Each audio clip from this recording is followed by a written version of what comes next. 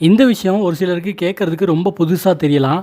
என்னன்னா, ஒரு ஆண் காவல் தெய்வம் சுடலைமாட சாமி கோவிலில் ஒரு பெண் வந்து சாமி ஆடுறாங்க. ஆண்கள் வந்து அம்மனுக்கு சாமி ஆடும்போது அது ஒரு பெரிய விஷயமா தெரியாது. ஆனால் பெண்கள் வந்து காவல் தெய்வம் ஆண் தெய்வத்துக்கு சாமி ஆடுறத ரொம்ப ஒரு வித்தியாசமான ஒரு விஷயமா பார்ப்பாங்க. இந்த கோவில் திருவிழா சாமி ஆட்டங்கள்லாம் பற்றி தெரியாத வெளி மாவட்டத்துக்காரங்களுக்கு கண்டிப்பாக இந்த விஷயம் ரொம்ப புதுசாக தெரியும். இந்த வீடியோவில் சுடலைமாடனுக்கு சாமி ஆடிட்டு இருக்கிற இந்த அக்கா யாருன்னா, இவங்க கொஞ்சம் ஃபேமஸானவங்க தான். முத்தாரியின் செல்ல மகள் அப்படிங்கிற இன்ஸ்டாகிராம் ஐடியோட அட்மின் தான் இவங்க. இப்போ இந்த வீடியோவில் பார்த்தீங்கன்னா, ஒருத்தர் சுடலைமாட சாமியோட வேஷத்தை போட்டுட்டு சாமி ஆடிட்டு இருக்கிறாரு.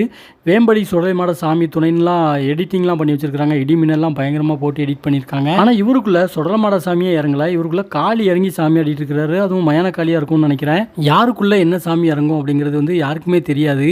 எந்த சாமி வேணாலும் அவங்களுக்குள்ளே இறங்கலாம். அதேமாதிரி இந்த வேஷம் போட்டதுனால இந்த சாமி தான் இறங்கும் அப்படின்னும் இல்லை. அவங்களுக்கு எந்த சாமி எப்படி வேணாலும் யாருக்குள்ளே வேணாலும் இறங்கலாம். ரொம்ப உருக்கி உருக்கி சாமி கும்பிடும்போது அந்த சாமியோட அருள் தான் நமக்குள்ளே இறங்கும் அப்படின்னும் இல்லை. யாருக்குள்ளே எந்த சாமி வேணாலும் இறங்கும். பெண்களுக்கு ஆண் தெய்வங்களோட அருளும் இறங்கும், ஆண்களுக்கு பெண் தெய்வங்களோட அருளும் இறங்கும்.